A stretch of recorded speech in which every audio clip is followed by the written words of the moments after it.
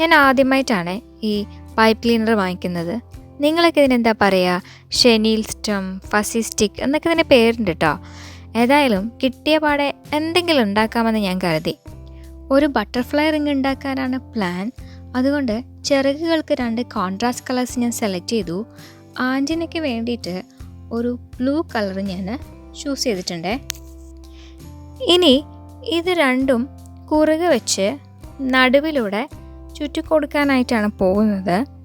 നമ്മൾ ഉണ്ടാക്കാൻ പോകുന്നത് ഒരു ബട്ടർഫ്ലൈ റിങ് ആയതുകൊണ്ട് ഇത് റിങ്ങിൻ്റെ പോർഷന് വേണ്ടിയിട്ടാണ് ഇങ്ങനെ പരസ്പരം ചുറ്റിക്കൊടുക്കുന്നത്.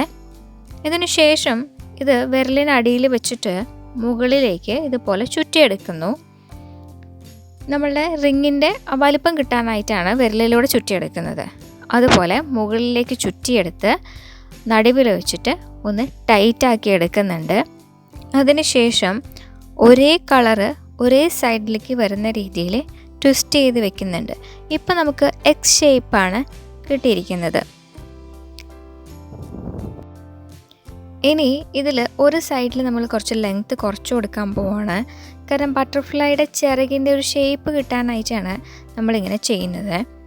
ഇനി ഒരു സൈഡിൽ ഒരറ്റം നമുക്ക് മെല്ലെ ഉള്ളിലേക്ക് ചുറ്റി കൊടുക്കാം.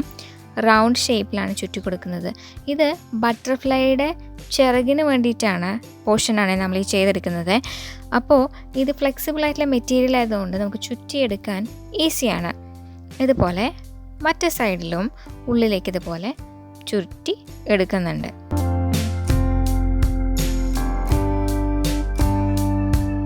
ഇപ്പോൾ ഒരു സൈഡ് റെഡിയായി.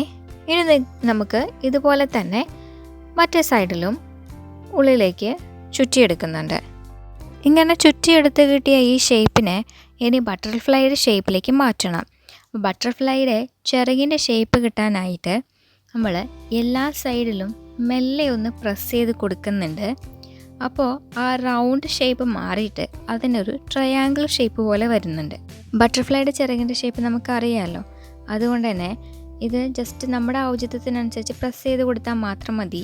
ഫ്ലെക്സിബിളായിട്ടുള്ള മെറ്റീരിയൽ ആയതുകൊണ്ട് ഉണ്ടാക്കിയെടുക്കാൻ ഈസിയാണ്. ഇപ്പോൾ ഇത് ബട്ടർഫ്ലൈയുടെ രൂപത്തിലേക്ക് ഇതായിട്ടുണ്ട് അല്ലേ? ഇനി ഇതിന് ആൻറ്റിന ഉണ്ടാക്കണം. അതിന് വേണ്ടിയിട്ട് ഉള്ള ബ്ലൂ സ്റ്റെമ്മ് ഇതിൻ്റെ നടുവിലൂടെ മുകളിലേക്ക് ചുറ്റിയെടുക്കുകയാണ്. ശേഷം അത് അവിടെ വെച്ചിട്ട് മെല്ലെ ടൈറ്റ് ചെയ്ത് കൊടുക്കുകയാണ്.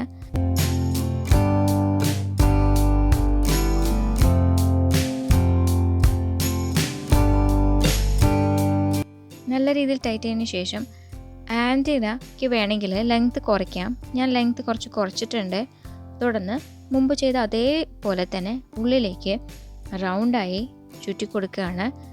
2 സൈഡും ഇതുപോലെ ഉള്ളിലേക്ക് ചുറ്റി കൊടുത്തു കഴിഞ്ഞാൽ നമ്മുടെ ആൻറ്റിന റെഡിയാണ്. ദാ നമ്മുടെ ബട്ടർഫ്ലൈ റിങ് റെഡിയായി. ഇനി നമുക്കതൊന്ന് വിരലിട്ട് നോക്കാം. നല്ല ഭംഗിയുണ്ടല്ലേ? വളരെ തുച്ഛമായ സമയം കൊണ്ട് നമുക്ക് ഉണ്ടാക്കിയെടുക്കാവുന്ന ഒരു ഈസി ക്രാഫ്റ്റ് ഐറ്റമാണിത്. മറ്റ് സാധനങ്ങളുടെ ഒന്നും ആവശ്യമില്ല. ഒരു സിസേഴ്സും കുറച്ച് പൈപ്പ് ക്ലീനേഴ്സും ഉണ്ടെങ്കിൽ ഇതുപോലെ ഒരുപാട് ഈസി ക്രാഫ്റ്റ് ഐറ്റം നമുക്ക് ഉണ്ടാക്കിയെടുക്കാവുന്നതേ ഉള്ളൂ. കുട്ടികൾക്കൊക്കെ ഉണ്ടാക്കാൻ പറ്റുന്ന വളരെ ഈസി ആയിട്ടുള്ളൊരു ക്രാഫ്റ്റ് ഐറ്റമാണിത്. എൻ്റെ ഈ ഈസി ബട്ടർഫ്ലൈ റിങ് ഇഷ്ടമായിട്ടുണ്ടെങ്കിൽ please like, share, comment and subscribe my channel. Thank you.